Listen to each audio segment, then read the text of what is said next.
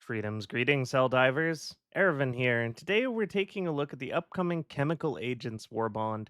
It's been a while since the very controversial drop of the Freedom's Flame Warbond sent the community into a blazing ball of disdain and anger for the team's balance decisions. But now Arrowhead is looking to turn the page with their 60-day plan on the 17th, host to some absolutely absurd buffs.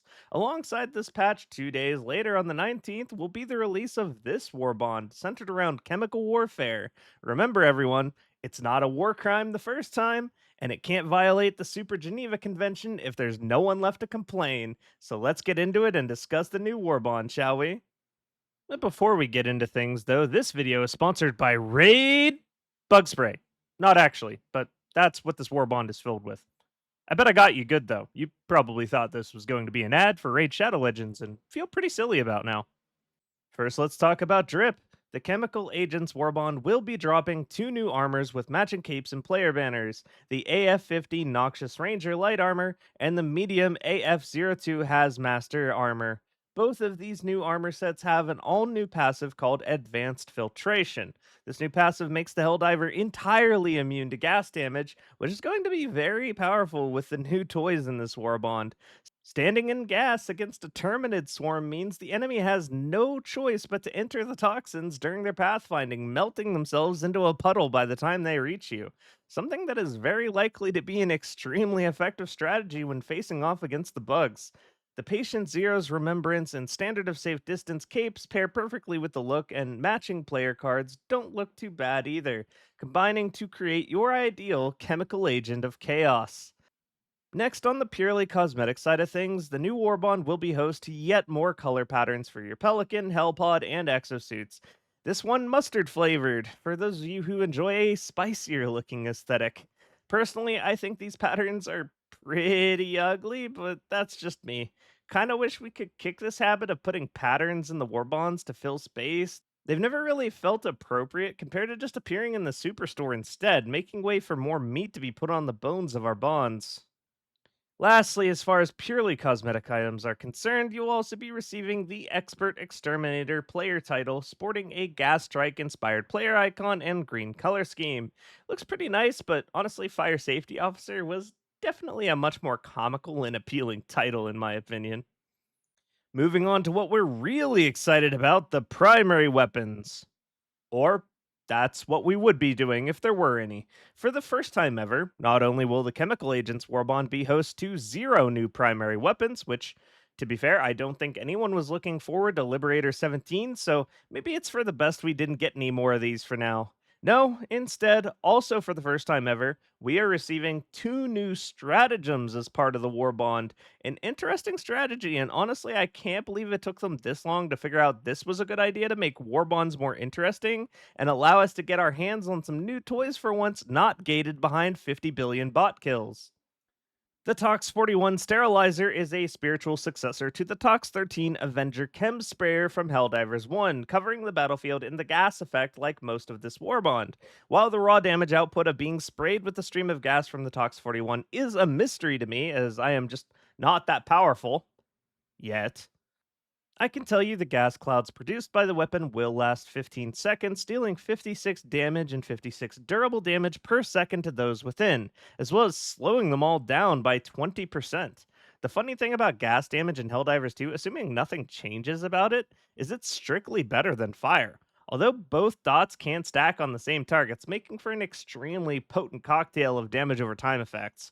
Gas afflicts more targets, slows enemies, and deals the same damage over time as fire, but double the durable damage, as well as the same duration.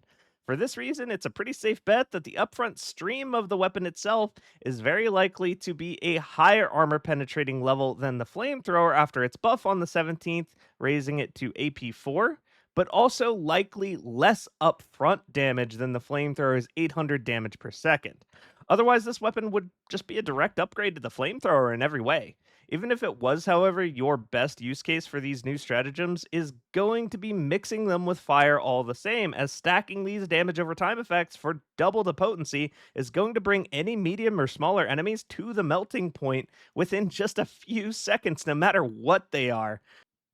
Now, to do this in a vast combination of ways, we're also receiving the Tox 13 guard dog, nicknamed Dog Breath, a rover spewing toxins just like the Tox 41 in every way, likely with a limited canister similar to the Liberator guard dog.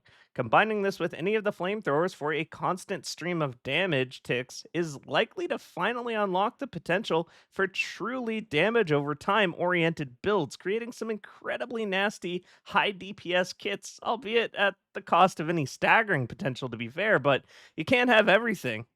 Or can you? Don't forget, we also have the cookout to pair with this new guard dog. Between the high stagger force of the cookout and burning damage over time, and slow down from the gas damage over time produced by that dog breath, this might be a new fan favorite when the laser guard dog gets its long lasting batteries pulled out, considering it's going to be incredibly difficult for any Terminids to touch you. And thanks to that staggering force of the cookout, could even be a viable bot loadout.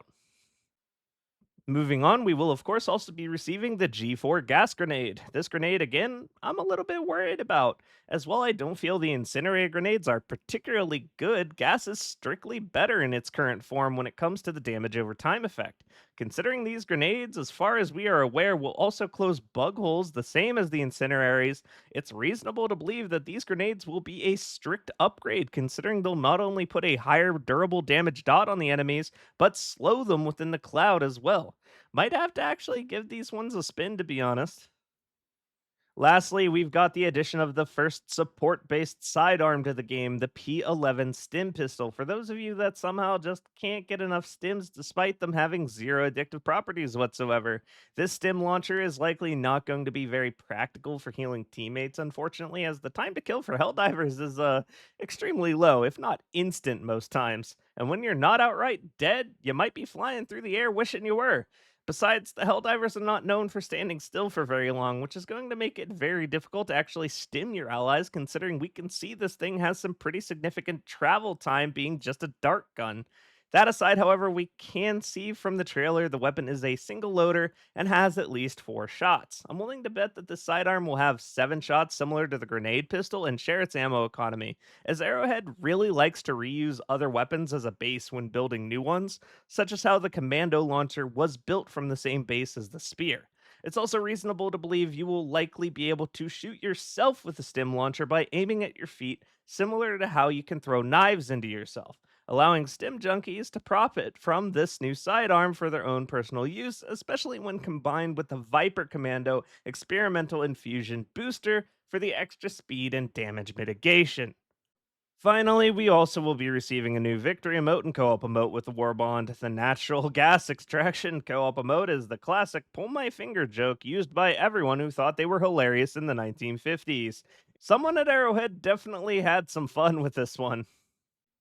Overall, this Warbond is definitely going to enable some fun and interesting playstyles for the community, as a Warbond realistically should, and that for me is enough. All of the gear this time around, besides the stim pistol, seems very appealing to me, and I'm excited to get into the game and start mixing a cocktail of fire and gas mechanics in my loadouts.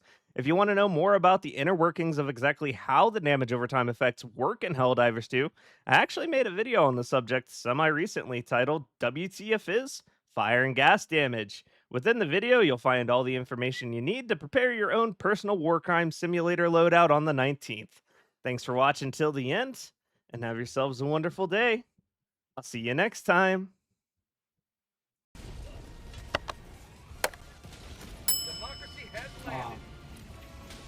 What is going on here?